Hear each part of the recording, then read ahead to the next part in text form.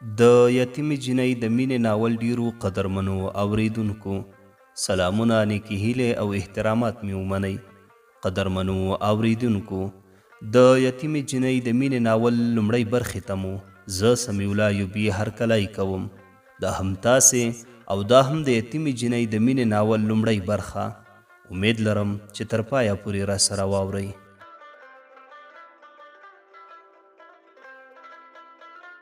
مور او پلار یې له یو بل سره خوره مینه درلوده.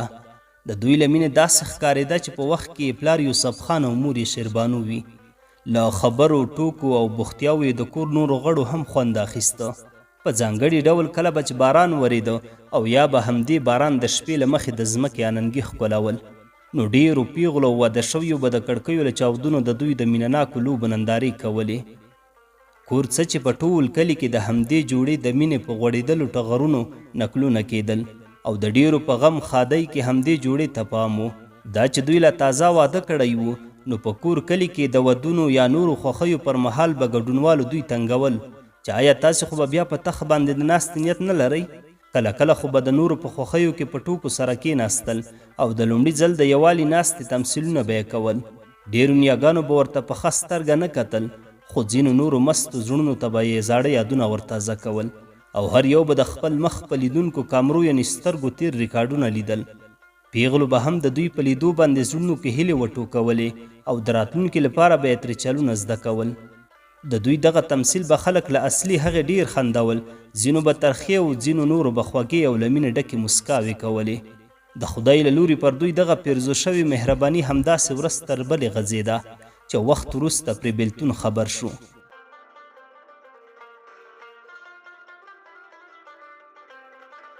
بېلتون د خپلو بدو او کرغېړنو عملیاتو په پایله کې دغې جوړې ته د جدایۍ لار خلاصه کړه چې د شیربانو غوندې ژوند کوونکي نه یې یوسف خان د عسکرۍ په پلمه جدا کړ. ځوان هم خپلې پښتو ته سترګې ټیټې نه کړې او د پالنګ خوب یې د غره په زیږو تیږو بدل کړ. په موبایل باندې د خبرو حوصله یوه هم نه درلوده، ځکه دواړو به یو بل ته د اوښکو په بدرګه د ډاډګیرنې مراتب وړاندې کول چې په همدې به ان روغبړه او احوال پوښتنه هم پاتې شوه. نو ځکه خو به ډېر ځله د یو بل پوښتنه په پیغامونو کې کېده. مېرمنې به یې هر کله یو لیکلی پیغام ورواستاوه: زما د لرې وطن یاره، زما د لرې وطن یاره، چېرته په خیال کې دې راځم که هیر دې یمه. ځوان به تر ډیره په همدې څو ټکو سترګې خښې کړې وي او د خپلې خوږې مېرمنې خواږه وږمونه به یې احساسول. خپلې ناچارۍ او د مینې بېقرارۍ به ورخطا کړ. ډېر وروسته به یې په پیغام کې ورته ولیکل: خوشحالي تکړه غم به زه کړم، خوشحالي تکړه غم به زه کړم، زما زړګی په غم عادت دی نه بچوینه. مېرمنې به یې زر اوښکې پاکې کړې او د ډاډګیرنې په پار به یې یو څو ټکي ولیکل: ګوره چې د دې خبرو هیڅ سودا ونه کړې، تا باندې مې غم نه دی پیرزو اشنا. د دې نه وروسته چې هیڅ فکرمند نشې، زه به تل ستا په مینه پایمه او دا به تمام جهان ته ښایمه چې صبر څنګه کیږي، قرباني څه ډول وي او په مینه کې وفا څه ته وایي. ځوان ته به همغه د څنګ په څنګ ناستې یادګارونه تر سترګو کېدل. د لیدو هغه خوشحالي او اوس یې د نه لیدو په درد زړه له مغزو سره دوستي پرې کوله. خو د خپلې مېرمنې نازک زړه ساتلو لپاره به یې د مسکا او خندا خبرې پیل کړې. دواړو به د نامزد شویو په څیر خیالي او نالیدلې زیاتې کمې ویلې. تر ډیره به یې په یو بل سره ټوکې او مسخرې کولې. دې خاموشه پیغامونو به ډېر ځله هغه هلته او دا دلته په کړس کړس خندول چې ځینې وخت به په دواړو نږدې ناستو خلکو د لیونیانو ګمان کاوه. سهار او ماښام به د دغه خوږې جوړې رویباري موبایل کې تلونکو راتلونکو پیغامونو کوله چې یو څه به یې د دغې جوړې د مینې تنده ماته او یا به یې لا پسې زیاته کړه.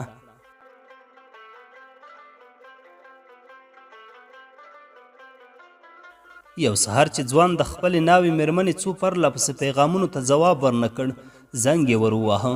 شمېره یې بنده وه، مېرمنه یې ورخطا شوه. فکر یې سوچونو کې ډوب شو. هر څه به یې فکر ته راتلل. کله خو به یې په معصومې څېرې اوښکې هم روانې وې. خدای ته یې د عذر لاسونه نیول او د خپل جانان د حفاظت او ساتنې غوښتنه به یې کوله.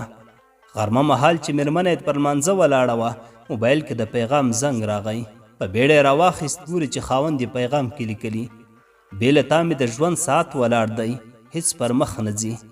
په رښتیا وایم د فکر خیال مې ستا تر آخري دیدنه نیغ ولاړ وي. مېرمنې د وارخطایۍ له لاسه پیغام لیکلو ته لاسونه نه ورتلل. زنګ یې ور وواهه. د غږ په اورېدو یې زړه له خوښۍ ټوپونه وهل، خو په خولې یې ورته کنځاوې شروع کړې چې ښه یې زړه تش کړ ګوري چې خاوند یې خاندي او په خندا ورته د خپلې خبرې د اورېدو بلنه ورکوي. خدای په تروش تندي بلنه ردوي او بیا ترې د موبایل د بندېدو پوښتنه کوي. کله چې مېرمنې ښه ځان په کنځلو او بدو ردو ستړی کړ، په آرام او مسکا غږ یې خاوند ورغبرګه کړه.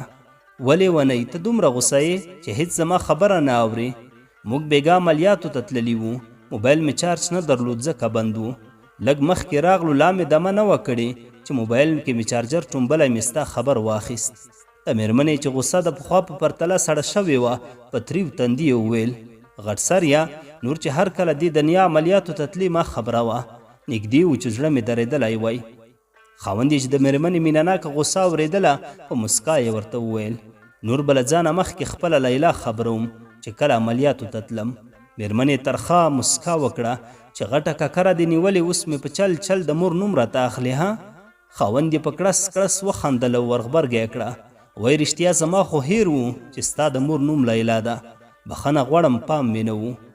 د مېرمنې په دې مینهناکو خبرو زړه عاطفي محاصره کړ، په عاجزه خوله یې زیاته کړه: خیر دی ګرانه، نور چې هر چېرته تللې ما خبره وه، باور وکړه له ډېرې ژړا مې سترګې خوږېږي او همداسې خو دې نه پرېږدم، د دې ژړا توان درنه حتمن اخلم. خاوند یې په مسکا ورته د خوراکي شیانو نومونه پیل کړل چې ته یې وښیه اخیستل یې په ما. خو مېرمنې چې له سهاره څه نه و خوړلي، ډوډۍ ور په زړه شوه. تمثیلي غوسه یې وکړه: تا خو به د دولت مفته قابلي او د چرګانو غوښې خوړلې وي، ځکه دې خوله په دې نومونو غوړه لاړه. زه وږی یم، له سهاره مې هېڅ څه نه دي خوړلي، زم ډوډۍ خورم. خاوند یې هم تمثیلي غوسه کې له چا کم نه و. ورغبرګه یې کړه: لیونی کوه مې ما، ته به وایه که د پلار لنګر دې دی، سهار مې غره کې وچه ډوډۍ د یو پیاله چای سره خوړلې. مېرمن یې ورته په رشخندي ډول خوله کاږه واږه کړه: ویش بیچاره زما د لاس هغه غوړې پراټې دې په زړه نه وري. خاوند یې ځان ته پام شو او په آرام غږ یې وویل: ای لیلا، وایي وبخښه غلط شوم، هغه خو زمونږ د مور نوم ده، خو ګرانې داسې یخ مې کېږي. مېرمنې تندی تریو کړ ولامبه چې یخ دې ښه شي، او په همدې سره موبایل بند کړ. خاوند یې څو ځله د بلې هلو او اورې کلمې تکرار کړې. موبایل کې راغلی زنګ پرې شوی و، په غچ اخیستو بڼه یې له خولې ووتل. قطع دې کړ؟ د لیلا لورې زه درته وایم له یخه مې زړه رېږدي او ته وایې ولمبه.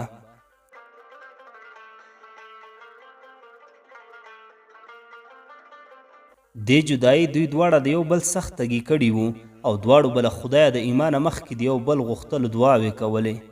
دا داسې وخت و چې لا یتیم نجلۍ پیدایښت څرک نه لګېده. په شوخۍ به د کلي نجونو له مېرمنې د خاوند پوښتنه کوله چې کله به په مېرمنې باندې بد لګېده او سخت جواب به یې ورکوه چې له دې به هم د کلي نجونو خوند اخیسته. ډېر ځله خو به یې له ډېرې غوسې خاوند ته وویل: دا څه عاشق موری ګرځوې چې هر څوک له ما وړاندې رانه ستا پوښتنې کوي. هغه به په شوخۍ ورته د ځان ستاینه پیل کړه چې واوره، یو په تا باندې قدر نه لرم، که نه ګوره زه خو سم شهزاده یم.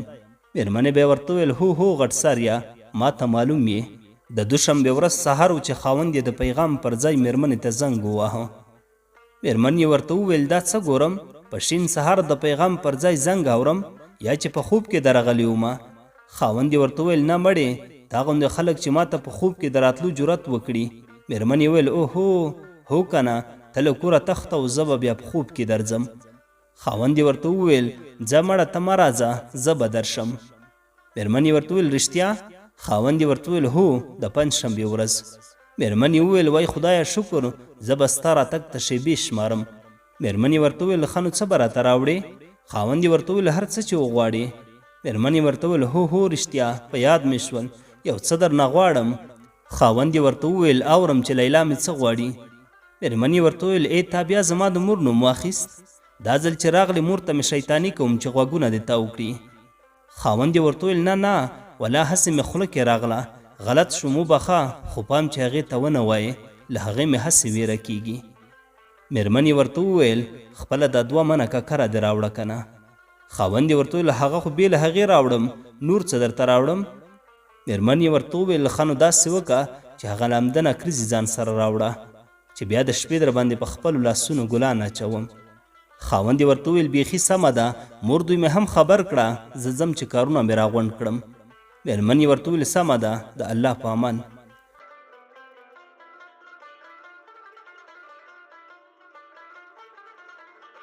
د مخخې وروسته په مېرمنې د خوشحالۍ له امله د تن جامې تنګې شوې چې کله به خپل مسافر اشنا له نږدې ویني. کور ټول خبر او د دې مینهناک شخص راتلو ته سترګې په لار وو. پنجشنبه شوه، مېرمنې سهار وختي خپل ټول کارونه خلاص کړل چې خاوند یې مسج وکړ. ته وایه چې د زړه خور شوی ټغر د زما په راتلو څه ارادې لري؟ ستا لیونی خو لکه ملنګ کچکول په لاس ستا پر لور در روان دی. مېرمنې له مینې ډکه مسکا وکړه او ځواب یې ورکړ راتګ دې د شکي روژې اختر دی، د انتظار شیبې ښکلوم. د رواج له بندیزونو په چغو د دې لوړو لوړو غرونو له انګازو څخه ویریږم. باور وکړه دا چې زما او ستا په منځ کې ولاړ دیوالونه ښکاري دې ته هم ساتنګی کېږم. زر راځه که نه په چغو مې کلی خبروم. خاوند مسکا وکړه چې بس که بیروبار نه و 2 ساعته د زړه ته عذر وکړه در وبرسېږم. د څه باندې 2 ساعته وروسته له عسکرۍ راغلی اتل بیک په اوږه درېشۍ په ځان او د میوو پاکټ په لاس د دروازې په درشل ودرېدو. غږ یې وکړ ای د کور واکدارانو، مسافرو ته اجازه ورکوئ او که نه؟ په غږ یې مېرمنې د کنټرول ماده له لاسه ورکړه او له ټولو وړاندې د خپل مینهناک خاوند غېږې ته ځان ورورسوه. تر ډیره د یو بل غېږه کې ځانونه ورک کړي وو چې مور یې غږ ور وکړ لورې زما خو هم زوی دی که نه، موږ ته خو یې هم لږ روغبړ ته راپرېږده. ګورې ورته وویل ولې نه مورې، زوی دې کلکه نیولی یم. له کله نه ورته وایم چې د کور نور غړي دې هم ستړي مشي ته ولاړ دي، خو لکه چې عسکرۍ کې د سترګو لید هم کم کړی. خاوند یې هم په دې خبره هوش کې راغی او په مسکا یې ورته وویل له تا نه لا اوس هم د دې دروغو عادت نه دی تللی. مور او د کورنۍ نورو غړو په خندا روغبړ ورسره وکړ او د همدې ناوې په خونه کې سر راټول شول. خوراک څښاک وشو، ټوکو ټکالو هم خپل رنګ جوړ کړی و او د ځوان خویندو د ورور په نه شتون کې د خپل ورېندارې د ژړاګانو نکلونه خپل ورور ته کول چې په تمثیلي بڼه به د ورېندارې له جدي غبرګون سره مخ شول. همداسې د ځوان په نه شتون کې د مېرمنې د ژړاګانو د راس خونه اوس ټوله خنداګانو پور کړې وه. شپه شوه، یو یو له خونې په وتو ټول خپلو خونو ته لاړل. دوی د یو بل په سترګو کې سترګې خښې کړې. د لږې مسکا وروسته دواړه د جدایي په یادونو کې ډوب شول. د سترګو له سمندره د اوښکو څپو لکه په وارې اوبه روانې شوې. په مړو مړو اوښکې د یو بل په درد ځانونه وپوهول. دې کې ډېر وخت ووت. د مېرمنې په دې غږ سره چې بې وفا اوس راغلې د خونې چوپتیا ماته شوه. تا دا فکر نه کوو چې که ستا په نه شتون کې له ډېره درده مړوئ؟ د خاوند فکر یې هم د درد له حالته اوسنۍ خوشحالۍ حالت ته راوګرځېد او په مسکا یې وویل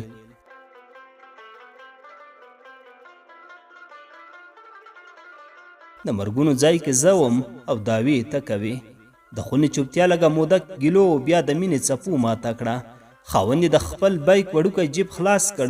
د لمدو نکریزو ډک پاکټ یې د مېرمنې په ورون ورکېښود.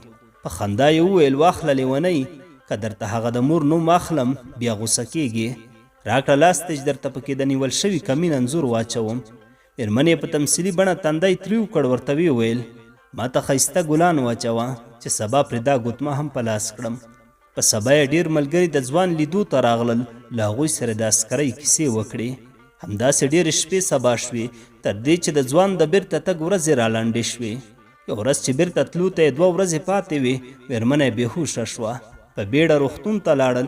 له معایناتو وروسته یې ځوان ته مور راغله او په مسکا خوله یې زوی ته مبارکي ورکړه. ځوان حق پک شو، ویې پوښتل څنګه چل دی مورې؟ هر څه خو ښه دي؟ د مور د خولې کشه کې نور هم وتښتېدو او په خندا یې وویل مبارک دې شه زویه، له خیره پلار بشي. ځوان د حیرانۍ مسکا وکړه او اسمان ته په کتو یې وویل ربه مننه ستا له ذات نه چې که جیب مې خالي خو زړه دې مست راکړی. لږ وروسته د مېرمنې لاس مور نیولی و او د روغتون له ودانۍ راووتل. ځوان په حیرانتیا د خپلې مېرمنې مخ ته کتل او د خپل راتلونکي اولاد مجسمه د مېرمنې له ښایسته جوړ شوي شکله انځوروله. موټر کې ناستې غلي شان خپله مېرمنه وسکونډله او په غوږ کې یې مبارکي ورکړه. مېرمنې د حیا په څادر سترګې پټې کړې وې او د هیڅ ویلې جرأت یې نه درلود. له ځان سره د شیریني په بڼه یو څه د کور غړو ته یې وړل. کور غړي چې له وړاندې د مېرمنې حالت لیدلی و تعجب کې شول. ځوان سل زړونه یو کړل او په کرار غږ یې وویل ستاسې کور ته به زما د مېرمنې یو فوټوسټیټ راشي. دا چې د ډیرو خلکو هلکان خوښیږي د مورې تندی تریو شو او په بیړه یې وویل څه وایې زویه خدای مې دې د انګور لمنه شنه کړي خدای دې ستا په څیر په ګلالي زوی ونازوي ځوان چې د مخ جغرافیه یې مسکا اشغال کړې وه ویې ویل نه مورې زه بدرنګه یم خدای دې د سپوږمۍ په څیر یوه لور راکړي او انشاءالله چې همداسې به کیږي هم ځکه ما مې سپوږمۍ ته په لومړي ځل کتو سترګو کې د خپل راتلونکي اولاد مجسمه رسم کړه.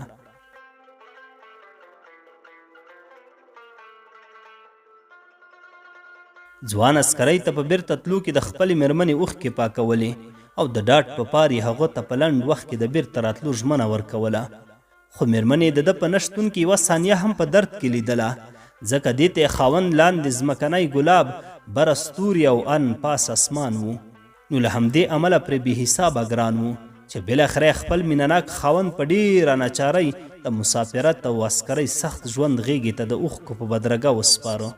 ژوند همداسې تېرېده چې څه وخت وروسته یې د خاوند د بیا راتګ انګازو مېرمنه بیا د امید او خوښۍ په ټغر کېنوله. تیاری د تیر په څیر ونیول شو. ټولو دروازې ته د ځوان د راتګ شیبې شمیرلې خو د راتګ له وخته یې څو ساعته ډېر ځنډ وکړ. مېرمنې دروازې ته په کتو دوه سترګې څلور شوې. ساعت او دروازې ته په ډېرو کتلو د کورنۍ د غړو سرونه وڅرخېدل. شپه شوه خو ځوان هیڅ ونه لیدل شو. ټول کور د تشویش په دریاب غوټې وهلې. هیچا هم سترګه پټه نه کړه. د زنګ هڅه هم بې پایلې وه ځکه موبایل یې بند و. قمندان ته یې زنګ ووهل شو. له هغه ځایه هم د ورتلو خبره وشوه. بې مړي یې په کور د غم ټغر خور و ان تر دې چې سبا بیا همغه وخت شو. ناګهانه د مېرمنې موبایل ته د خاوند په نمبر زنګ راغی. مېرمنې په ډېره بیړه موبایل پورته کړ او پرته له دې چې د هغه غږ واوري د تیر په څیر په غوسه یې پیل وکړ او کنځاوې بد رد یې ورته شروع کړل. غټ سریا زموږ د زړه وچو و تا ته دا هر څه ولې ټوکې ښکاري؟ ستا زما په دې امیدوارۍ هم زړه ونه سوځېد چې بې پروا د موبایل بند کړی و. ککره دې غټه ده خو هیڅ ماغزه پکې نشته. تا خو د خدای راولي که تر 2 ورځو در سره خبرې وکم او یا درته سلام واچوم. ولې خلک همداسې ټول کور د تشویش په ټغر کې نه وي؟ ته پوهېږې د مور د بېګا د تشویش له امله دومره فشار لوړ شوی و چې 2 ځله مو روغتون ته بیولې. پلار رونه او د خوندې خو د سترو سترګو پوښتنه مه کوه. زه خو دې هسې هم بې مرګه ووژلم. مېرمنې لا نور هم څه ویل چې یو کرکجن غږ یې په خوله کې خبره ور وچه کړه. او بس کړه نو کیسې دې شروع کړې وار بل چاته هم د خبرو ورکوه. مېرمنې ورته وویل ته څوک یې؟ زما خاوند چېرته دی؟ ښه خو دی؟ له هغې خوا ورته وویل شول زه ستا د ځوان خاوند اجل یم. اجل د کور نور غړي دې هم راوغواړه چې د خپل نازولي سره خبرې وکړي چې کیسه یې نوره ختمه ده. د کور غړو چې له پخوا یې غوږونه د دروازې غږ ته بوڅ وو د مېرمنې له لوري د خپل خاوند نوم په چغه کې اخیستو ټول په بېدریغه منډو د ناوې تر خونې ورسول. ګوري چې ناوې موبایل په غوږ کریکې وهي. په تندي یې مړو خولو لارې کړي. د هر چا زړه د حالت پوښتنه کوله خو زبون د ټولو خولې مهر کړې وې چې ناڅاپه یې مېرمنې د ژړا په کریکه کې د خپل خاوند د نیول کېدو خبره وکړه. چا په سینه او چا په خوله لاسونه کېښودل. حق حیران د موبایل پر لور د ناهیلۍ سترګې خښې کړې وې. ناوې مېرمنه په خپل زړه کې د هیلو په لټون شوه او په زاریو یې پیل وکړ. خیر دی قربان مو شم زما خاوند میږي ته هم ضرر نه رسوي نو تاسو ولې هغه ته د زیان اړولو هڅه کوئ؟ پوهیږئ په قسم که زه د خپل خاوند نه غیر په دې دنیا کې یوه شیبه هم اوسېدلی شم. زړه مې چوي که زما خاطر نه کوئ زموږ د دواړو راتلونکي معصوم اولاد سترګو ته وګورئ. اولاد ته مې په نس کې د یتیمۍ څپېړه مه ورکوئ. پلار به یې د هغې او هغه به د خپل پلار د څېرې لیدلو ارمانجن وي.